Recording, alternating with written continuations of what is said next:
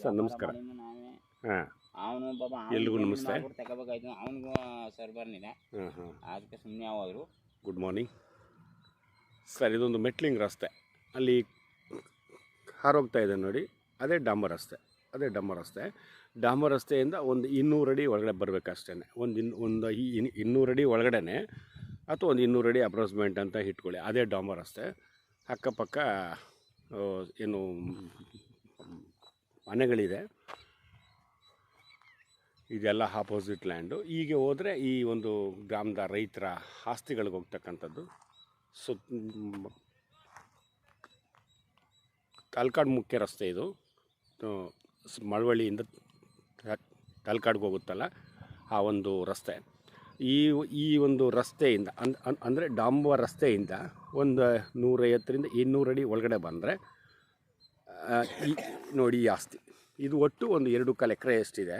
ಈಗ ಅಲ್ಲಿ ಒಂದು ಸ್ವಲ್ಪ ಕೋಕೋನಟ್ಸ್ ಹಾಕಿದ್ದಾರೆ ಮತ್ತು ಹಿಂಭಾಗ ಹುಲ್ಲೆಲ್ಲ ಹಾಕ್ಕೊಂಡಿದ್ದಾರೆ. ಸಂಪೂರ್ಣ ರೆಡ್ ಸಾಯಿಲ್, ಒಂದು ಫ್ಲಾಟ್ ಆಗಿದೆ. ಜೊತೆಗೆ ಕೋಕೋನಟ್ಸ್ ಏನಿದೆಯೋ ಇದರಲ್ಲಿ ಅಂದರೆ ನಿಮಗೆ ಈ ಒಂದು ರಸ್ತೆಗೆ ಈಸ್ಟ್ ವೆಸ್ಟ್ ಇರ್ತಕ್ಕಂಥ ಈ ಒಂದು ರಸ್ತೆಗೆ ನಿಮ್ಗೆ ಎಂಟ್ರೆನ್ಸ್ ಈ ಕಡೆ ಟೀಕುಡ್ ಮರಗಳಿದೆ ನೋಡಿ, ಅಲ್ಲಿಂದ ಸ್ಟಾರ್ಟ್ ಆಗುತ್ತೆ ಆಸ್ತಿ. ಅಲ್ಲಿಂದ ಈ ಕೋಕೋನಟ್ಸು ಮತ್ತು ಈ ಕೋಕೋನಟ್ಸು ಇಲ್ಲಿ ತನಕ ನಿಮಗೆ ಈಸ್ಟ್ ವೆಸ್ಟು ರಸ್ತೆಗೆ ಒಂದು 60-70 ಅಡಿ ಅಥವಾ 80 ಅಡಿ ಅಷ್ಟು ಅಗಲ ಸಿಗುತ್ತೆ. ಎಲ್ಲಿವರೆಗೆ ಬರ್ತದೋ ಅದನ್ನು ನಿಮಗೆ 20 ಕುಂಟೆ ಸ್ಕೆಚ್ ಮಾಡಿ ಮಾಡಿಕೊಡ್ತಾರೆ.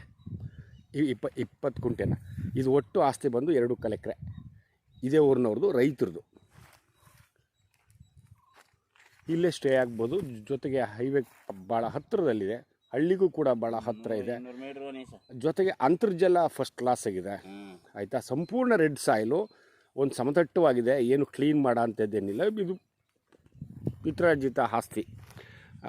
ಒಂದು ರಫಾಗಿ ಹೇಳ್ಬೇಕಂದ್ರೆ ನಿಮಗೊಂದು 10 ತೆಂಗಿನ ಮರಗಳು, 4 ಒಂದು 8ರಿಂದ 10 ಮರಗಳು ಸಿಗ್ಬೋದು. ಓಕೆ, ಒಂದು ಒಳ್ಳೆ investment land sir. Okay, thank you.